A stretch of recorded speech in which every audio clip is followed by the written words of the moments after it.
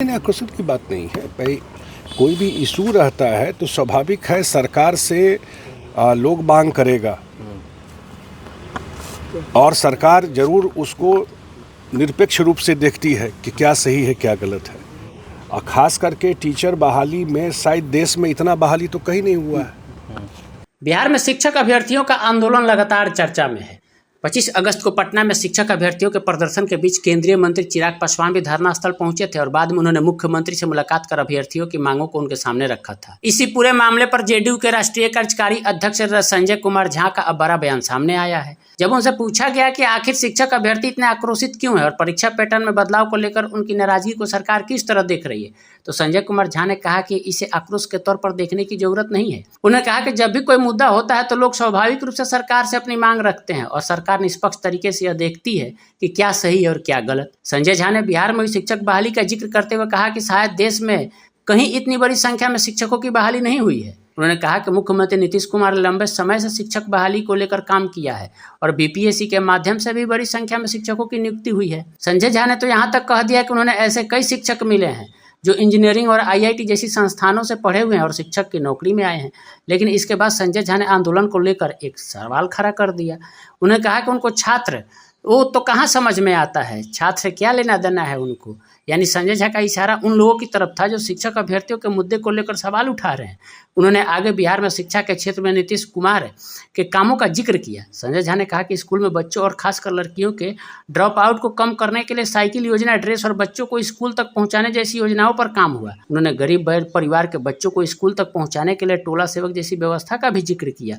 इसके बाद संजय कुमार झा ने बिहार में रोजगार और आने वाले समय में निवेश को लेकर भी बड़ा दावा किया। आइए आपको सुनाते हैं संजय कुमार झा ने क्या कुछ कहा है।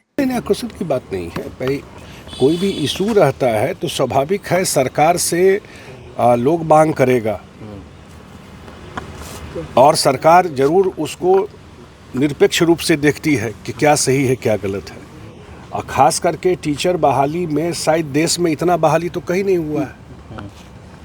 नीतीश कुमार जी ने जो कमिट किया, मुझे याद है 2006 से जब से करना शुरू किए पंचायत के थ्रू और अभी तक जितनी बड़ी बहाली बिहार में टीचरों की हुई है और बीपीएससी के थ्रू जब हुई तो आपको पता है कि कितने अच्छे टीचर आए उसमें।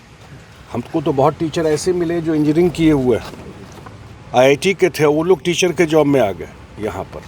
और उनका कोई इशू है तो सरकार निश्चित रूप से उसको देख रही होगी। सर तेजस्वी यादव कह रहे हैं सर कि एनडीए सरकार छात्र विरोधी सरकार हो गई है। बिल्कुल उनको छात्र तो कहाँ समझ में आता है। और चीज़ पर बोले तो समझ में भी आता है कि छात्र से क्या लेना देना है उनको। ये सरकार छात्रों के लिए उसके अगर उसके इतिहास में जाइएगा, जितना ड्रॉप आउट्स स्कूल से बच्चे जाए, लड़कियां जाए, नीतीश जी तो हिस्ट्री क्रिएट कर दिए। साइकिल, ड्रेस, स्कूल तक पहुंचाना और ख़ास करके जो गरीब परिवार के बच्चे हैं, टोला सेवक, ये सब तो पर्पस यही था ना कि उनको स्कूल तक छात्रों को पहुंचाना। हाँ, और जितना जॉब क्रिएट हुआ यहाँ पर, और एक हम लोगों ने प्रॉमिस किया है कि 1 करोड़ लोगों को जॉब को देंगे। लेकिन सबसे बड़ी बात है कि जॉब, सरकारी जॉब का एक लिमिटेशन है। अब जिस तरह से सरकार यहाँ पर इन्वेस्टमेंट का प्लान कर रही है, इन्वेस्टमेंट आ रहा है, ये आने वाले समय में दिखाई पड़ेगा, तो बहुत सारा जॉब यहाँ पे क्रिएट होगा। मुझे व्यक्तिगत रूप से लगता है कि आने वाले 5 साल में जो बहुत सारे जो बिहार के लोग जो अब ट्रेंड हैं देश भर में, बहुत सारे लोग आने वाले समय में यहाँ जो इंडस्ट्री आएगी वो लोग यहाँ भी काम करने के लिए रिवर्स माइग्रेशन होगा।